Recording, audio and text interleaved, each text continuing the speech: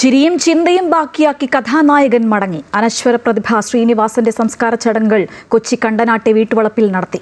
പ്രിയ നായകൻ അന്ത്യാഞ്ജലി അർപ്പിച്ച് മലയാള മനസ്സ്. വീട്ടിലെത്തി ആദരാഞ്ജലി അർപ്പിച്ച് തമിഴ് നടൻ സൂര്യയും. എന്റെ പരമാവധി കഴിവും അറിവും വിവേചന ശക്തിയും ഉപയോഗിച്ചുകൊണ്ടും നിർവഹിക്കുമെന്ന് ഈശ്വരനാമത്തിൽ സത്യപ്രതിജ്ഞ ചെയ്യുന്നു. തദ്ദേശ സ്ഥാപനങ്ങളിലേക്ക് തെരഞ്ഞെടുക്കപ്പെട്ട ജനപ്രതിനിധികളുടെ സത്യപ്രതിജ്ഞാ ചടങ്ങുകൾ പുരോഗമിക്കുന്നു. ആദ്യ ഭരണസമിതി യോഗവും ഇന്ന്. മേയർ ചെയർപേഴ്സൺ തെരഞ്ഞെടുപ്പ് 26-ന്, പഞ്ചായത്ത് പ്രസിഡന്റ് തെരഞ്ഞെടുപ്പ് 27-ന്. തിരുവനന്തപുരത്തും കൊച്ചിയിലും മേയറിൽ തീരുമാനമായില്ല. നിയമസഭാ തെരഞ്ഞെടുപ്പ് അടുത്തിരിക്കെ വമ്പൻ ധനസഹായ പ്രഖ്യാപനവുമായി പ്രധാനമന്ത്രി നരേന്ദ്രമോദി അസമിൽ. നുംപൂരിൽ 12,000 കോടി ചെലവിൽ അമോണിയം, യൂറിയ, വളനിർമ്മാണ ഫാക്ടറി ഉൾപ്പെടെ 15,600 കോടിയുടെ പദ്ധതികൾ. ഗുവാഹത്തിയിൽ സ്വാഹിദ് രക്സാക്ഷി സ്മാരകത്തിൽ ആദരവർപ്പിച്ച് പ്രധാനമന്ത്രി.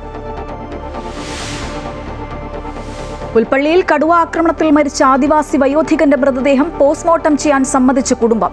തീരുമാനം ധനസഹായം അടിയന്തരമായി നൽകുമെന്ന ADM-ന്റെ ഉറപ്പിനു പിന്നാലെ സ്ഥലം കണ്ടെത്തി വീട് നിർമ്മിക്കാനുള്ള ഇടപെടൽ നടത്തും. ജോലി നൽകുന്നതിൽ റിപ്പോർട്ട് നൽകാൻ DFOയോട് ആവശ്യപ്പെട്ടെന്ന മന്ത്രി AK ശശീന്ദ്രൻ.